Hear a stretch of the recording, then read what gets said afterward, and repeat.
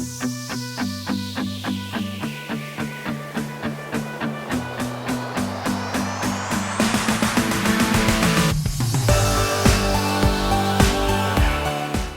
علیکم ناظرین، آج سے چند سال پہلے جب ہمارے میڈیا نے یہ خبریں دینا شروع کی کہ عالمی ریسلرز پاکستان میں آئیں گے اور یہاں پہ ایک عجیب سا میلہ سجے گا، تو سارے لوگوں نے اپنے دانتوں میں انگلیاں دبا لی، کیونکہ ایک تو پاکستان کے حالات کچھ ایسے نہ تھے کہ غیر ملکی ریسلر پاکستان میں آئیں، دوسرا ان کی ڈیمانڈز اتنی زیادہ ہوتی ہیں، ان کے پروٹوکولز اتنے زیادہ ہوتے ہیں کہ وہ پاکستان جیسے تھرڈ ورلڈ کنٹری میں آنا پسند نہیں کرتے۔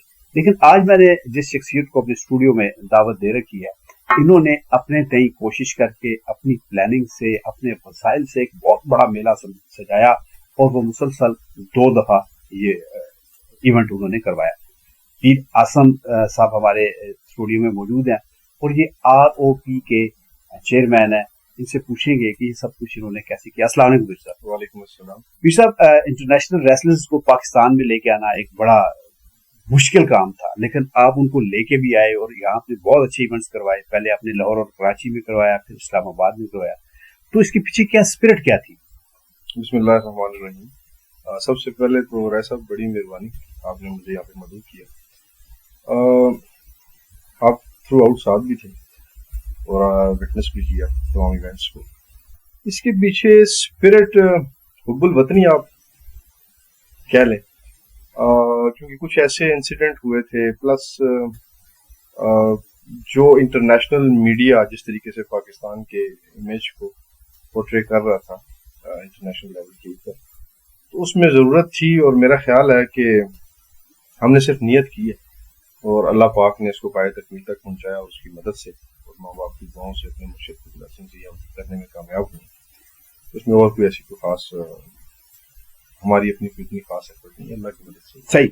اچھا پیر صاحب، ان کا جو پروٹوکول ہوتا ہے اور ان کی جو ریکوائرمنٹس ہوتی ہیں، ان کی جو رہائش کا بندوبست کرنا ہوتا ہے، ان کی جو ٹریولنگ کا بندوبست کرنا ہوتا ہے، ان کو جو پے کرنا ہوتا ہے، وہ بھی بڑی ہیوج ایک اماؤنٹ بنتی ہے، تو آپ کو یہ ڈر نہیں لگا کہ ہم اتنا زیادہ اس پہ خراجات کر رہے ہیں؟ وہ شروع میں تو ظاہر ہے، مجھے بھی پتا ہے کہ آپ کو اس پہ کچھ بچت نہیں ہوئی، بلکہ آپ نے اپنی جیب سے خرچ کیا، تو یہ بھی ایک بڑے حوصلے کی بات ہے، یہ حوصلہ آپ نے کیسے کیا؟ ویل، یہاں پہ ایک تو ان حالات میں انٹرنیشنل ایونٹ کروانا یہ ایک الگ سبجیکٹ ہے، پھر ریسلنگ ایونٹ کروانا الگ سبجیکٹ ہے۔ ریسلنگ، پروفیشنل ریسلنگ پاکستان میں نہیں ہوتی تھی، ہماری ٹریڈیشنل ریسلنگ ہو رہی ہے، ہماری باقی جو کامبیٹ گیمز ہیں وہ باقی بھی ساری ہو رہی تھی، لیکن ریسلنگ نہیں ہو رہی تھی۔ تو پروفیشنل ریسلنگ کیونکہ ویسٹرن گیم ہے، اس کو لانے کے لیے ضروری ہے کہ آپ ویسٹ سے، آپ پوری دنیا سے جو ریسلرز ہیں ان کو آپ مدعو کریں پاکستان کے لیے، اور it was a very difficult task to execute wrestling in Pakistan in that days. تو کوئی 20-25 ملکوں کا وزٹ کیا، جا کے ریسلرز کو راضی کیا۔ ٹیم میری بڑی اچھی تھی ماشاءاللہ، ہمارے ایم ڈی ان کی کوششوں سے، پلس بادشاہ خان کی وجہ سے، جو ہمارے فرینچ باؤنڈ ریسلر ہیں، ایم ڈی عمران شاہ صاحب، جی عمران شاہ صاحب، ان کی وجہ سے، اور بھی کافی اچھے اچھے دوست جو تھے، ان کی کوششوں کی وجہ سے یہ ہو پایا۔ لیکن اب ریسلرز کو، جیسے کہ میں نے عرض کیا کہ پاکستان کا جو امیج انٹرنیشنلی جو پھیل چکا تھا، وہ ایک کوشچن مارک تھا، کیونکہ وہ لوگ تو میڈیا کو فالو کرتے ہیں۔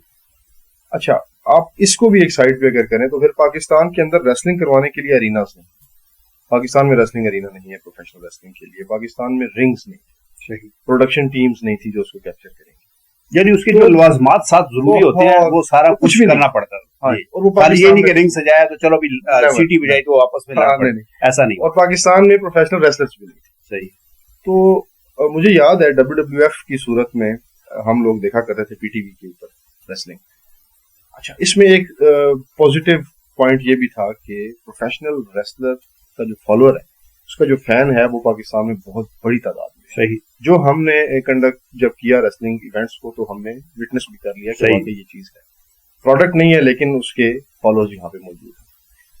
تو پھر رنگ بنوانے کے لیے ہم نے فرانس سے جو ٹیکنیشین تھے وہ بلائے.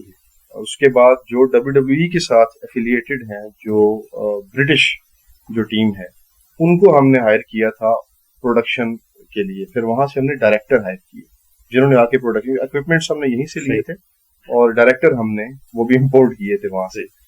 تو یہ ایک بہت بڑا سبجیکٹ ہے, لیکن by the grace of almighty Allah پاک یہ ممکن ہو گیا الحمدللہ. صحیح. اچھا, ابھی پچھلے دنوں ایک خبر چلی, آج تک چونکہ کرونا ہے اور ایسی ایکٹیویٹی اسپورٹس کی نہیں ہو رہی, تو میں یہ چاہ رہا ہوں کہ آپ کے انٹرویو کے ذریعے ہم لوگوں کی یادیں بھی تازہ کریں اور تھوڑی سی ان میں ہلچل بھی پیدا کریں. ابھی پچھلے دنوں ایک خبر چلی تھی, اس کی شاید آپ نے تصدیق بھی کرتی کہ جان سینا جو ہے وہ پاکستان آ رہے ہیں اور آپ کے تھرو آ رہے ہیں. تو اس کے حوالے سے تھوڑا سا ہمارے ناظرین کو بتائیے کہ وہ کیا خبر تھی اور کیوں چلی. جی, جان سینا کی خبر جنہوں نے چلائی تھی ان کو ہم جانتے ہیں, اور کیوں چلی اس کا ریزن ہمیں آج تک نہیں پتا چل سکا, لیکن وہ نیوز ہم نے نہیں بریک کی تھی. جان سینا یا کوئی بھی ایسا ریسلر جو WWE کے ساتھ کانٹریکٹ میں ہے, وہ کسی بھی کمپنی کے لیے نہیں کھیل سکتے. تو اسی بیس پہ ہم نے تردید کی تھی, کیونکہ جان سینا اس وقت وہاں پہ ہیں. اب آف کورس ہمارے آپ کو یہ جان کے خوشی ہوگی کہ انٹرنیشنل ریسلنگ ورلڈ کے اندر ROP کا وہ مقام ہے کہ اب ہر ریسلر, ابھی آپ جان سینا کا نام لیں, یو نیم اٹ, آپ کسی بھی انٹرنیشنل ریسلر کا نام لے لیں, کسی آرگنائزیشن کا نام لے لیں, they all want to perform in ROP in Pakistan انشاءاللہ تعالی. ROP کا بھی تھوڑا بتا دیں کہ ROP بنتا کیا ہے تاکہ. جی, ROP کا مطلب ہے رنگ آف پاکستان. یہ ہماری کمپنی کا نیم ہے, تم شارٹ فارم میں اس کو ROP بولتے ہیں. ROP. اچھا, آپ نے جیسا کہ فرمایا کہ وہ سارے آنے کے لیے تیار ہیں, بلکہ ہم نے کچھ ایسے ان کے شارٹس بھی دیکھے تھے جس میں انہوں نے پاکستان زندہ باد کے نعرے بھی لگائے اور پاکستان کا فلیگ بھی لہرایا, جس سے ہمیں بھی بڑی خوشی ہوتی ہے. تو اب چونکہ کووڈ کی وجہ سے اس طریقے سے ایکٹیویٹیز نہیں چل رہی, تو آگے فیوچر میں آپ کا کیا پروگرام ہے, تھوڑا سا ہمارے ناظرین کو یہ بھی بتائیے. تھوڑا سا میں اس میں یہ ایڈ کرتا چلوں کہ امیج بلڈنگ میں جو ہمارا ریئل امیج ہے پاکستان کا, جیسے ہم لوگ ہیں, جس طرح کہ ہم ہاسپٹیلٹی دیتے ہیں, جب لوگ باہر سے آتے ہیں وہ آ کے ہمارے خلوص کو, ہمارے پیار محبت کو دیکھتے ہیں تو بڑے امپریس ہوتے ہیں ہم سے. تو یہ لوگ اپنے اپنے ملکوں کے برانڈ امبیسڈر ہوتے ہیں. یہ جب پاکستان آئے, ان کی فالوئنگ بہت تھاؤزنڈز میں ہوتی ہے, ملینز میں بھی ہے کئی ریسلرز کی فالوئنگ. تو یہ جب جا کے ٹویٹ کے ذریعے سے, سوشل میڈیا کے ذریعے سے جب پیغام دیتے ہیں کہ ہم فلاں کنٹری میں گئے, وہاں کے لوگ ایسے تھے اور ہمیں اس طریقے سے ویلکم کیا, تو یہ آپ کو جان کے بڑی خوشی ہوگی کہ جب میں نے ابھی عرض کیا کہ پوری دنیا کے ریسلر یہاں پہ پرفارم کرنا چاہتے ہیں ROP کے پلیٹ فارم کے اوپر, وہ صرف اسی لیے ممکن ہو سکا کہ آپ لوگوں کے پیار اور محبت کی وجہ سے, جس طریقے سے آپ نے ان کو ویلکم کیا تھا یہاں پہ. اچھا, دوسری بات یہ ہے کہ ROP کیونکہ ریسلنگ کمپنی ہے رنگ آف پاکستان, اور ریسلنگ پروفیشنل ریسلنگ 150 سے 160 ملکوں کی کم و بیش کی ہے, تو ہم ان تمام کنٹریز کا ٹریول کریں گے انشاءاللہ. ROP ہر ملک میں جائے گا. 2020 میں جب یہ اللہ ہم سب کو اس سے نجات دے, پینڈیمک جب COVID-19 آیا, تو اس وقت ہم 2020 میں ہم یہ پلان کر کے بیٹھے ہوئے تھے کہ ہم یورپ اور UK کے اندر بڑے شوز, ملٹی کلچرل شوز کے ساتھ ان کو کنڈکٹ کریں گے. لیکن کیونکہ پوری دنیا اس میں محصور ہو کے رہ گئی ہے, ساری سے افیکٹ ہوئے, تو ہم اس میں نہیں کر پائے. تو انشاءاللہ تعالی ہمارا جو ٹیلنٹ, یہ جو ایک نئی انڈسٹری ہے پاکستان میں, اور یہ specially I am thankful to ISPR کہ جن کے کولیبریشن سے جو ہمارے لیے اسپورٹس میں ہماری سیکورٹی کو یقینی, ان کا بھرپور تعاون اس میں شامل ہے. ہاں جی, ان کے تعاون کی وجہ سے, پھر ANF کی وجہ سے ہم لوگ یہ کر پاتے ہیں. تو انشاءاللہ تعالی اب بہت جلد. اچھا عفیف صاحب, کچھ آپ نے اشارہ بھی دے دیا, کچھ میرا بھی اگلا سوال یہی تھا کہ دنیا کے ترقی یافتہ ممالک جہاں پہ بہت بڑے ان کے انفراسٹرکچرز بھی ہیں اور ان کے جو مینیجرز ہیں وہ بھی ہیں, لیکن اس کے باوجود ان ملکوں سے آپ کو دعوت آئی کہ ہمارے ملک میں آئیں اور یہ ایونٹ ہمیں کروا کے دیں, اس کی بھی تھوڑی سی تفصیل بتا دیں. جی ماشاءاللہ سے بڑا, یہ بھی ایک بہت بڑی ہماری اچیومنٹ ہے کہ جب میں ویانا کے اندر فرسٹ ٹائم, میں 2017 کی بات ہے, جب مجھے چیف گیسٹ بلایا گیا, تو وہاں پہ تقریباً 20 سے 22 ملکوں کے ریسلرز بھی تھے, کمپنیز بھی تھیں, ان کے چیئرمین, ان کے CEOs جو تھے وہ آئے. تو الحمدللہ آپ لوگوں کی دعاؤں سے I was the chief guest, اور وہاں پہ جو ہمارے پاکستانی کمیونٹی کے لوگ تھے انہوں نے بڑا اس چیز کو سراہا. اس کے بعد یکے بعد دیگرے میں تقریباً